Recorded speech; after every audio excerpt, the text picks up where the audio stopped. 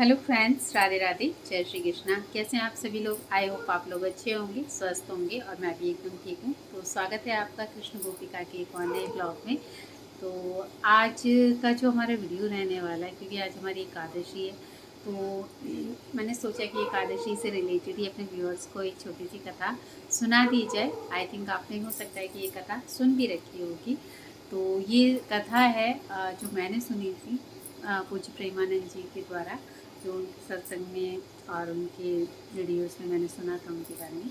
तो मुझे लगा कि आज मैं भी अपने व्यूअर्स के साथ वो छोटी सी कथा शेयर कर दूँ। देखो, होता क्या है ना कि जब हम ऐसी धार्मिक और ऐसी आस्था भरी कथाएं सुनते हैं और जब हमें ये चीज़ पता चलती है कि भगवान हमसे ज़्यादा यज्ञ, तपस्या, पूजा और इतना सारा जो विधि विधान होता है, कभी कभी उन चीज़ों से नहीं रीझते, परंतु हमें कोई ऐसा छोटा सा गुण वो देख लेते हैं कि वे उससे हमसे बहुत जल्दी रीझ जाते हैं और बहुत जल्दी प्रसन्न होकर हमें दर्शन दे देते हैं। तो ऐसे ही एक जो भक्त थे भगवान के, ठाकुर जी के, वो थे अढ़ैया जी। अढ़ैया भक्त के बारे में आपने सुना होगा और मैं बता देती हूँ अगर नहीं सुना है तो। और इन्होंने अपने गुरुदेव को अब भगवान तक के दर्शन कराए थे और एकादशी से रिलेटेड ये कथा है। तो इसमें होता क्या है कि जब गुरुदेव होते हैं तो वे अढ़ैया जी उनके यहाँ पर मतलब कि ये गौचारण का काम करते हैं और ये बहुत खाते थे। तो इनका मतलब अढ़ैया का मतलब होता है कि ये 2.5 सेर खाते थे और इनको बहुत भूख लगती थी। तो जब गुरुदेव के आश्रम में ये रहते हैं तो गुरुदेव के आश्रम में रहने के बाद में इनको रोज़ नित्य भोजन मिलता ही है। अपने जो भी क्रिया वगैरह होती हैं वो करने के बाद, जो भी काम वगैरह होते हैं उनको पूर्ण करने के बाद उनको पूरा मतलब कि जो इनका खाना होता है वो इनको प्राप्त होता ही होता है। परंतु जब एकादशी आती है तो उस दिन आपको पता है कि प्राचीन काल से हमारे यहाँ, हमारे सनातन धर्म में एकादशी मनाई जाती है और उसकी एक विशेष महिमा रहती है। तो गुरुदेव कहते हैं कि देखो, आज यहाँ तो आश्रम में तो खाना बनेगा नहीं और जो भोजन बनेगा नहीं, तुम एक काम करो रैया, तुम अपना जो भोजन है वो आश्रम से सूखा लेकर के, और जब तुम गौचारण के लिए बाहर जाओगे तो तुम वहीं पर अपना भोजन बना लेना और वहीं पर भगवान को भोग लगाकर भोजन को पा लेना। तो उन्होंने कहा ठीक है गुरुदेव, आप एक काम करो, मैं तो देखो भूखा रह नहीं सकता, आप लोग एकादशी करते हो ठीक है, पर आप मुझे जो राशन है वो आप मुझे सूखा राशन दे दीजिए और मैं अपना वहाँ पे व्यवस्था करके बना करके भोजन पा लूँगा भगवान को भोग लगा करके। तो अढ़ैया जी गुरुदेव की आज्ञा को मान करके अपना राशन लेकर के, अपनी गैयाओं को लेकर के वहाँ से चल देते हैं। तो जब पहली एकादशी होती है तो अपना वो व्यवस्था करते हैं, क्या कहते हैं, वहाँ पे लकड़ियाँ बीनते हैं, उसका माटी का और ईंटों का चूल्हा बनाते हैं, पत्थरों का, ईंटों का, और फिर वहाँ पे अपना व्यवस्था के अनुसार फिर अपना भोजन बनाने की तैयारी करते हैं। तो वो अपना भोजन बना भी लेते हैं और उसमें उनका भोजन जो बनता है उसको तैयार करके रख लेते हैं। अब उन्हें याद आता है कि भगवान, गुरुदेव भगवान ने कहा है कि बिना भगवान को भूख लगाए मत खाना। तो ये क्या कहते हैं कि भगवान जी, आप विनय करते हैं आँख बंद करके और थाल पत्तल में, मतलब कि जो अपना पत्तल बनाते हैं वो पत्तों की, और उसमें सारा भोजन व्यवस्थित करके रखते हैं।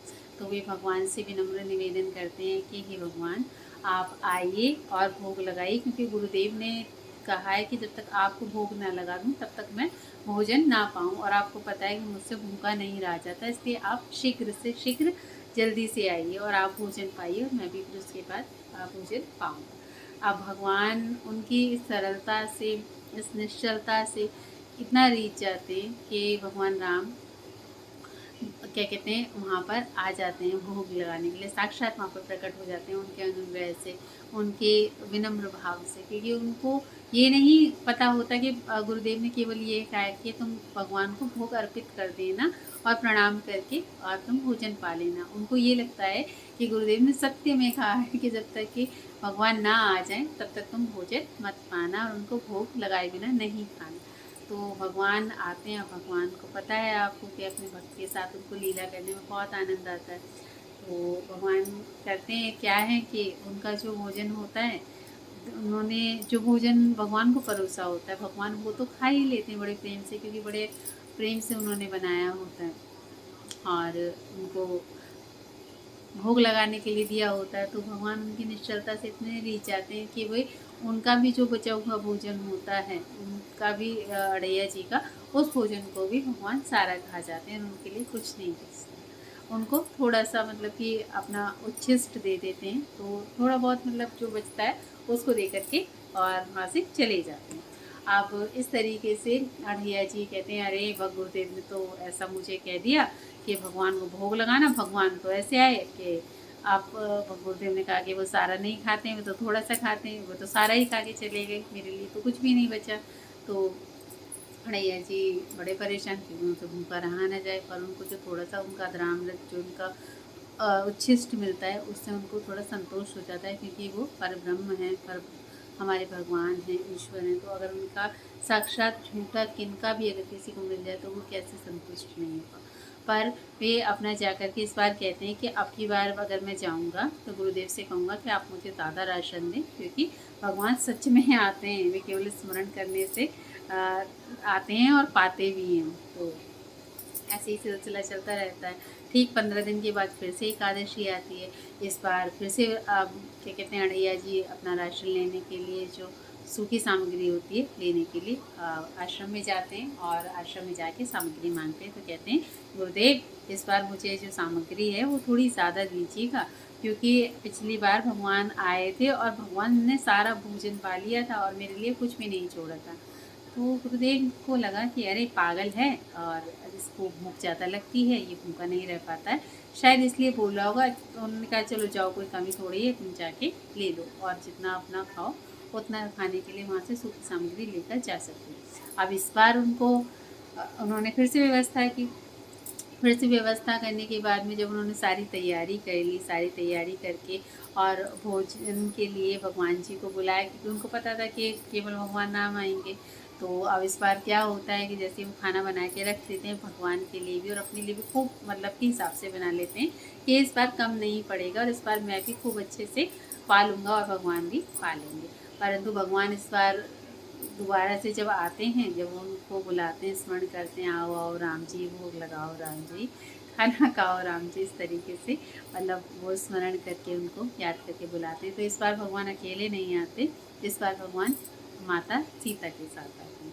अब वो माता सीता को देखकर बड़े चिंतित हो जाते हैं, क्योंकि उनको तो पता है कि मैंने तो केवल 2 लोगों के लिए भोजन की व्यवस्था की है और मैं गुरुदेव से थोड़ा ही ज़्यादा मांग करके लाया था, पर अब तो 3 जने हो गए।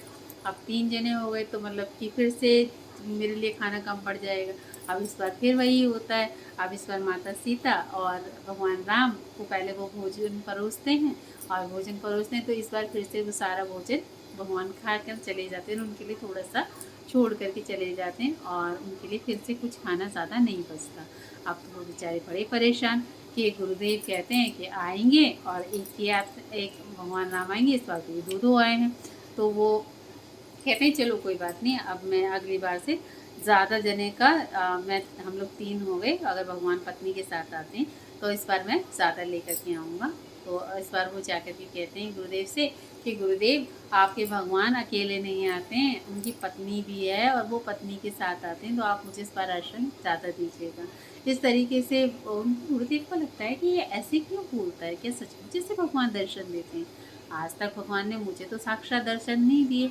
तो उन्होंने फिर इस चीज़ को उसमें टाल देते हैं वो कि चलो कोई बात नहीं, हो सकता है कि ये ज़्यादा मांग रहा होगा, तो वो दे देते हैं कि चलो कोई बात नहीं, तुम ले जाओ। फिर इस बार भी जो अढ़ैया जी होते हैं वे जाकर के फिर से भोजन की व्यवस्था करते हैं, फिर भोजन बनाते हैं जाके। तो इस बार जब वो भगवान को बुलाते हैं भोजन तैयार करके, तो फिर से इस बार जो लक्ष्मण जी होते हैं वो साथ में आते हैं, लक्ष्मण भरत जी, और उनके जो तीनों भाई होते हैं वे साथ में आते हैं। अब तो वे बेचारे बड़े परेशान, क्योंकि इस बार भी उन्होंने जो भोजन बनाया था वो केवल 4 लोगों के लिए बनाया था, 3 लोगों के लिए सॉरी, अपने लिए और माता सीता के लिए, भगवान राम के लिए। पर इस बार भी जब उन्होंने देखा कि मैंने तो केवल 3 लोगों के लिए भोजन बनाया था, पर इस बार तो और इनके तीनों भाई आ गए हैं। तो उन्होंने कहा कि आप हर बार बढ़ा कर के ले आते हो और मुझे बता कर के नहीं जाते, इस बार और जब अब की बार से आया करो तो मुझे बता कर के जाया करो कि इतने लोगों को लेकर के आओगे, ताकि मैं इतनी व्यवस्था करके रखूँ। क्योंकि जब भी भगवान आते तो एक ना एक संख्या बढ़ती जाती थी और कम नहीं होती थी संख्या। और वो उनको लगता था अढ़ैया जी को कि चलो 1-2 फालतू, एक जना फालतू भी आएगा तो भी उसके अनुसार मैं व्यवस्था कर लूँगा। तो इस बार भी उनके लिए कुछ नहीं बचता और उनको वही थोड़ा-थोड़ा भोजन मिल पाता है, जिससे कि वे बेचारे बड़े परेशान रहने लगते हैं कि मैं क्या करूँ। और गुरुदेव को मैं हर बार कहता हूँ तो गुरुदेव को ऐसा लगता है कि मैं झूठ बोल रहा हूँ, परंतु भगवान तो हर बार एक जने की संख्या बढ़ाकर ही आ जाते हैं। तो फिर अब इस दोबारा से एकादशी आती है कुछ समय व्यतीत होने के बाद में, तो फिर से दोबारा मोनू वहाँ पे व्यवस्था बनाते हैं, याद करके स्मरण करके बुलाते हैं। तो इस बार क्या होता है कि इस बार तो भगवान के साथ में बजरंगबली भी आ जाते हैं और क्या कहते हैं और भी के सेवक होते हैं वो भी आ जाते हैं। तो भगवान कहते हैं कि अरे अड़ैया आपने क्या कहते हैं भोजन नहीं बनाया। तो उन्होंने कहा कि नहीं, अब की बार मैंने भोजन नहीं बनाया और अब की बार मैंने भोजन इसलिए नहीं बनाया क्योंकि आप हमेशा। तो इस बार क्या करते हैं, जब अड़ैया जी को पता चल जाता है कि भगवान कभी भी मतलब कि अपनी पूरी संख्या जो होती है वो बढ़ाते जाते हैं, क्योंकि एक बार जब वो आते हैं तो माता सीता को लेकर आते हैं, फिर लक्ष्मण जी को भरत जी को लेकर के आते हैं, फिर उसके बाद में जब वो आते हैं तो फिर हनुमान जी को लेकर के आ जाते हैं। तो भगवान से कहते हैं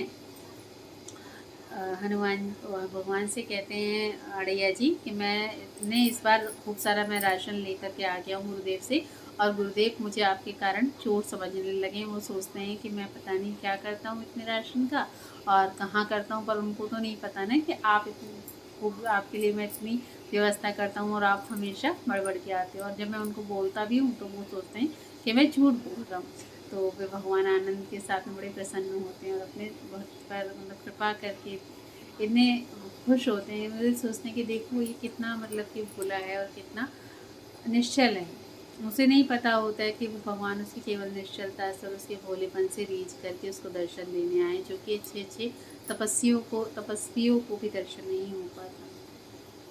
इस तरीके से चीज़ें होती जाती हैं और वहाँ पे गुरुदेव को लगता है कि मुझे लगता है कि रैया हमसे झूठ बोल रहा है और हमें जा कर के चुपचाप वहाँ पे देखना चाहिए। तो अढ़िया जी को जब गुरुदेव देखने के लिए जाते हैं पीछे से, तो वहाँ पे क्या देखते हैं गुरुदेव कि वहाँ पे माता सीता जो हैं वे रसोई बना रही हैं। और क्योंकि अड़ैया जी साफ कह देते हैं कि आज मैंने भोजन नहीं बनाया है, आज मैंने कोई व्यवस्था नहीं करी है, मैं केवल राशन लेकर के और जो मतलब सूखी सामग्री है उसको लेकर के आ गया हूँ। क्योंकि आप हर बार एक ना एक बढ़ कर के आ जाते हो, तो मुझे नहीं पता चलता कि मैं कितने लोगों का भोजन बनाऊँ, इसलिए मैं आज भोजन नहीं बनाऊँगा। आपकी पत्नी साथ में आई हैं, उनसे कहिए कि वे आज भोजन बनाएंगे और आज मैं आज भोजन पाऊँगा। तो भगवान माता जानकी से कहते हैं कि चलिए आज हमारा भक्त जो है वो आपके हाथ से भोजन पाना चाहता है, तो आप भोजन बनाने की कृपा कीजिए। तो इस तरीके से भगवान की पूर्ण व्यवस्था करते हैं। हनुमान जी लकड़ी बीन करके लाते हैं, लक्ष्मण जी भी उनका साथ देते हैं। तो इस तरीके से देखिए कितना सुंदर जो है चित्रण होगा वहाँ पर, और कितना मतलब कि सोच कर भी हम लोग कितने आनंदित हो जाते हैं कि अगर एक कोई पूजा नहीं, कोई पाठ नहीं, कुछ नहीं, केवल एक गुरु आज्ञा से, क्योंकि उन्होंने अपनी गुरु आज्ञा का पालन किया और उस गुरु आज्ञा की पालन से केवल इतना मानने मात्र से कि भगवान को तुम भोग लगाए बिना नहीं पाना, जब भगवान आ जाए तो उनको भोग लगा कर ही खाना। तो उन्होंने उस भोजन को जब तक नहीं पाया जब तक भगवान नहीं आ गए, और जबकि उनको ये चीज़ नहीं पता थी कि भगवान साक्षात नहीं आते, उनको केवल भोग अर्पित किया जाता है और वे भोग अर्पित करने के बाद भोजन को पा सकते थे। परंतु उनकी इसी निश्चलता से रीझ कर भगवान वहाँ पर आ जाते हैं और गुरुदेव भी धन्य हो जाते हैं, क्योंकि गुरुदेव का को लगता है, गुरुदेव को अपने मन में ये लगता है कि मैंने इतनी पूजा की भगवान की, इतनी आराधना की और मुझे भगवान ने दर्शन नहीं दिए, और ये इसको जो अढ़ैया है जो कभी पूजा नहीं करता, कभी भगवान का ज़्यादा स्मरण नहीं करता, बस केवल मासूम है, सत्य बोलता है और अपना जो भी कार्य है उसको नियम पूर्वक करता है। इससे ही रीझ कर और गुरु आज्ञा का पालन करने की चीज़ों को लेकर रीझ कर भगवान ने इसे दर्शन दिए। तो ये कितना सौभाग्यशाली है। तब भगवान ने उनको गुरुदेव को भी दर्शन दिए और उनको भी कहा कि आपका ये शिष्य बहुत उत्तम है। तो जब गुरुदेव को भी भगवान राम के और माता जानकी के और पूरे मतलब राम दरबार के श्री बजरंगबली और उनके सारे भाइयों के दर्शन होते हैं तो वे अति प्रसन्न होते हैं और अड़ैया जी को हृदय से लगा लेते हैं और कहते हैं, अरे पागल, ये भगवान साक्षात आए हैं तुझे दर्शन देने के लिए और आज तेरी वजह से मुझे भी भगवान के दर्शन हो गए, तो कितना सौभाग्यशाली है। तब भगवान उन पर कृपा करते हैं और उन सबको दर्शन देकर प्रेम पूर्वक माता सीता उनको भोजन पवाकर और फिर वहाँ से प्रस्थान करते हैं। तो इस कहानी से, इस कथा से हमें जो शिक्षा मिलती है वो यही मिलती है कि देखिए, अगर हम चाहें तो बहुत सारी चीज़ें मतलब कि पा सकते हैं, अचीव कर सकते हैं। बट कभी कभी हम थोड़ी सी सरलता से, थोड़ी सी सच्चाई के साथ में अगर जीवन को अपने जीते हैं और अपने जो गुरुजन हैं या जो अपने बड़े जन हैं उनकी आज्ञा का पालन करते हैं तो उनसे हमें वो हासिल हो जाता है जो हमने कभी सोचा भी नहीं। इस कहानी का सार यही है कि हमेशा जो आपके बड़े हैं और जो आपके गुरुजन हैं उनकी आज्ञा का पालन करें और हमेशा भगवान में आस्था बनाए रखें।